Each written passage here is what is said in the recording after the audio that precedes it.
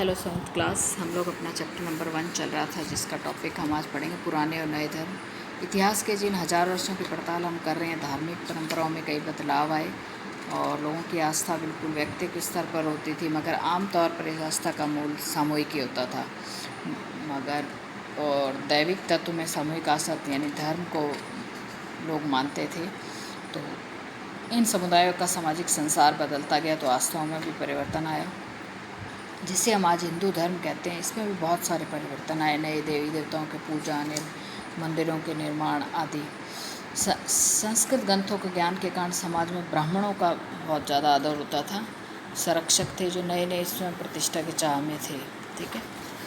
और इस युग में महत्वपूर्ण परिवर्तन भक्ति की अवधारणा के रूप में भी ईश्वर की कल्पना एक इष्ट देवी देवता के रूप में हुई और जिस तक पुजारियों के कर्मकांड के बिना भक्त स्वयं पहुँच सके। तो ये आगे चैप्टर्स में हम पढ़ेंगे। और यही वह युग था जिसमें उपमहाद्वीप में नए नए धर्मों का आगमन हुआ। कुरान शरीफ का संदेश भारत में पहुंचा। मुसलमान कुरान शरीफ को अपना धर्म ग्रंथ मानते हैं और अल्लाह ईश्वर की सत्ता को स्वीकार करते हैं।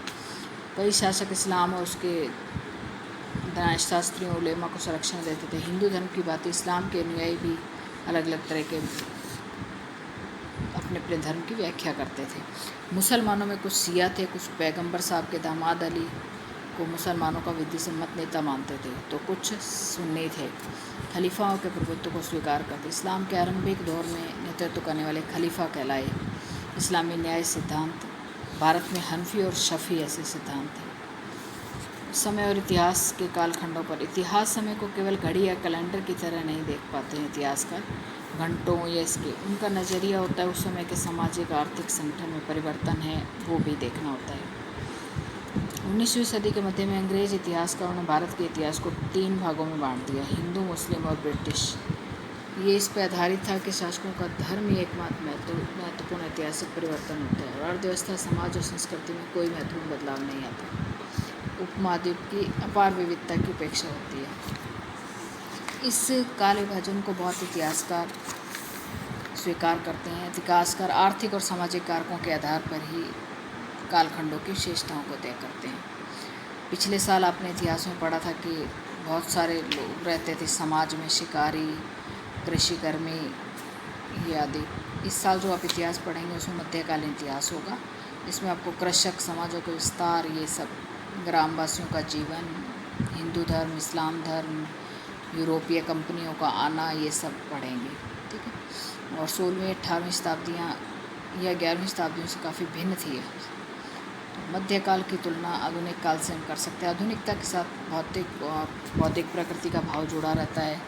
मध्यकाल रूढ़िवादी था, कोई परिवर्तन हुआ ही नहीं, इसलिए हम जानते हैं ऐसा नहीं था। समाजों में नए परिवर्तन हुए, कई क्षेत्रों में अर्थव्यवस्था बहुत समृद्ध हुई। यूरोपियों की व्यापारिक कंपनियों को आकर्षित करना प्रारंभ कर दिया। और इस जो यानी कि हमने जो फर्स्ट चैप्टर इसमें पढ़ा है, इसमें फर्स्ट चैप्टर में सिर्फ ये इंट्रोडक्शन है कि हम इस बुक में क्या पढ़ने वाले हैं।